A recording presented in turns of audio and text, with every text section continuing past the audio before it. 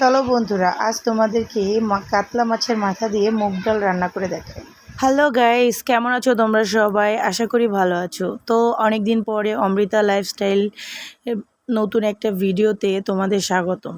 আজকে একটা ভিডিও নিয়ে আসলাম যে মাটির চুলাতে রান্না করা। মাটির চুলা রান্না করলে কিন্তু দেখবেন যে খাবারটা কিন্তু অনেক স্বাদ হয়, তাই না?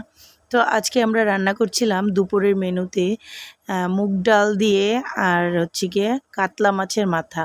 তো কাতলা মাছের মাথাটাকে সুন্দর কেটে ছোট ছোট ছোট করে দিয়েছে আমার ভাইয়ের বউ, আর আমি রান্না করেছি। সো মাটির চুলাটা দেখুন কি সুন্দর দেখাচ্ছে, মনে হচ্ছে আগুন।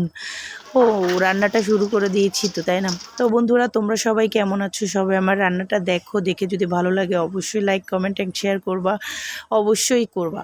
আর যদি ভালো লাগে তাহলে তো পাশে থাকবেই সব সময়ের জন্য, আমিও তোমাদের পাশে সব সময় আছি। আর হ্যাঁ, মনে রাখবা, মাটির চুলার রান্নার স্বাদ কিন্তু